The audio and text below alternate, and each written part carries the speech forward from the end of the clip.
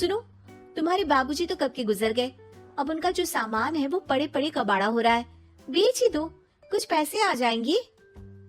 बात तो सही है। अगले संडे फुर्सत में यही करेंगे। अगले संडे रोहित सारा सामान कबाड़ी को घर बुला के दे देता है। तभी उसकी नजर बाबूजी की पुरानी टीवी पर जाती है, जो इतने सालों तक कूड़े में पड़ी थी, फिर भी चमचमा रही थी। टीवी तो देखो, जैसे एकदम नई हो। हाँ, बाबूजी को टीवी देखना बहुत पसंद था। उनका सपना था कि वो टीवी पे आए। एक बार मौका भी था जब वो अपने गांव के गाने सुनाने किसी चैनल पर जाने वाले थे, पर मैं और मेरा भाई लड़ पड़े और बाबूजी को घर पर ही रुकना पड़ा। चला के देखें क्या?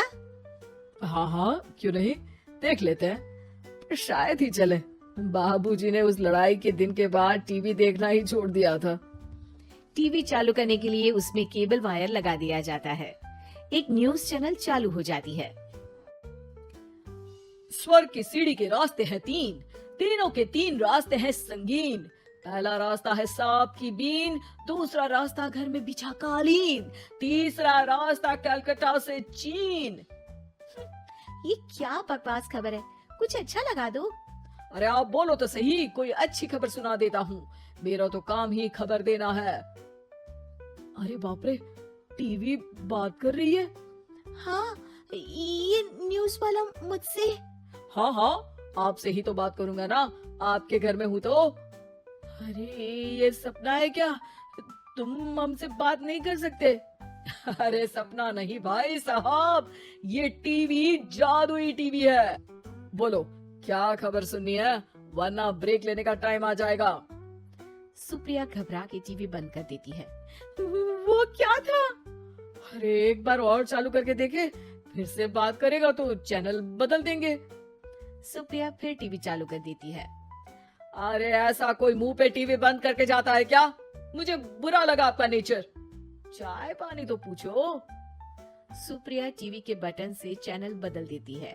अब टीवी पर एक फिल्म चल रही है। अरे ये तो सूर्यवंशम है ना? हाँ, और ये ठाकुर को जहर की खीर दे दी और उसको पता भी नहीं है। ए भाई, खीर मत पीना, उसमें जहर है, मत पीना। ठीक है महाशय, जैसा आप कहें। हाँ। अरे आपकी बात मान ली, पूरी पिक्चर ही अब तो बदल जाएगी। मतलब ये सच में जादुई टीवी है? तभी वहाँ कबाड़ी आ जाता है। भैया, टीवी के 150 रुपए दूंगा, चलेगा?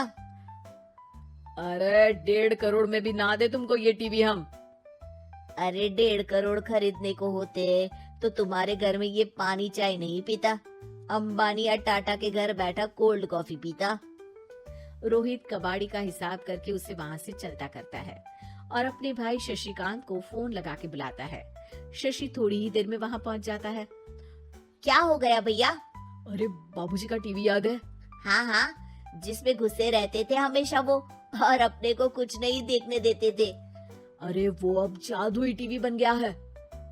भैया, आपकी बकवास करने की आदत अब तक नहीं गई। अरे आपके घर में बच्चे हैं, अब तो बड़ों जैसी बात करो। रोहित जाके टीवी चालू कर देता है। टीवी पर एक जादू का शो हो रहा है जिसमें एक जादूगर है। अब मैं अपनी टोपी में से कबूतर निकालूंगा। श्रिंग ब्रिंग शरिंग बम फोपा फुफी फुफा बाउ। टीवी से कबूतर निकलता है और शशिकांत के सर पर आकर बैठ जाता है। भैया ये क्या हो रहा है? भैया इसे उड़ाओ। ए कबूतर, जा जा, कबूतर चल निकल। अब मैं टोपी में से सांप सुनते ही शशिकांत कांप जाता है और भाग के टीवी बंद कर देता है। भैया सॉरी भैया, मैं समझ गया ये सच में जादुई टीवी है, पर एक बार और ट्राई करते हैं। पर भाभी, कोई दूसरा चैनल लगाओ जिसमें डर ना लगे। सुप्रिया टीवी चला देती है और न्यूज लगा देती है। अरे कितने दिनों बाद मुझे याद आया, बताइए क्या खबर सुनाओ। और ये नया आदमी कौन है? ये मेरा भाई है शशिकांत। ओह यस, वही है ना जिससे तुम लड़ लिए थे किसी बात पे और तुम्हारे बुढ़ाओ पिताजी गुस्सा हो गए थे और टीवी को संन्यास दे दिया था। हैं? तुमको कैसे पता ये सब? इस टीवी में रहने वाले आदमी से लेकर कबूतर तक को तुम्हारे बाबूजी और तुम्हारी बातें पता है, इसलिए तो ये जादुई टीवी है। ये टीवी क्या कर सकती है वैसे? तुम जो मांगो दे सकती है। कहानी बदल सकते हो, खबर बदल सकते हो, कोई चीज मांग सकते हो। अरे भैया, ये टीवी मैं लेके जा रहा हूँ। बाबूजी का लाडला तो मैं ही था ना। अरे ऐसे कैसे?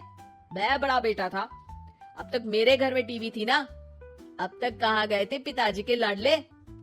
तुम्हारी गलती का एहसास भी है। अरे भैया ज्यादा ना बोलो वरना भूल गए, आपके दांत तोड़ दिए थे मैंने उस लड़ाई में। मेरी बीवी के सामने मेरी बेइज्जती करता है। रुक। दोनों भाई हाथापाई पे उतर जाते हैं। रुक, बताता हूँ तुझे कि कौन बड़ा है। अरे छोटे का दम तो देख लीजिए आप। ये खबर आपके बाबूजी को देता हूँ। तभी टीवी अचानक बंद हो जाता है। अरे शायद टीवी नाराज हो गया। और लड़ लो, आए बड़े खली बनने। टीवी से एक तेज रोशनी निकलती है और टीवी में बाबूजी दिखाई देते हैं। बाबूजी आप? इतना चकरा क्यों रहा है? अपने बाप को नहीं पहचानता क्या? ये तो ऐसा ही है बाबूजी। प्रणाम बाबूजी। अरे चुप कर, तुम दोनों ही उल्टे हो। तुम्हारी वजह से मैंने टीवी में आने के सपने को छोड़ दिया, तुम्हारी लड़ाई की वजह से।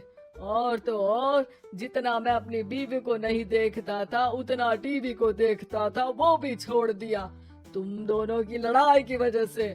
और अब मरने के बाद जब मैंने टीवी को जादुई टीवी बना दिया तो भी तुम इसका फल लेने की जगह लड़ रहे हो।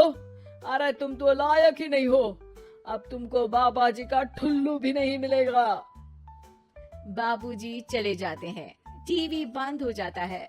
रोहित और शशिकांत गिड़गिड़ा के टीवी के सामने हाथ जोड़ के बाबूजी को बुलाते हैं, पर टीवी सिर्फ धुआं निकालता रहता है।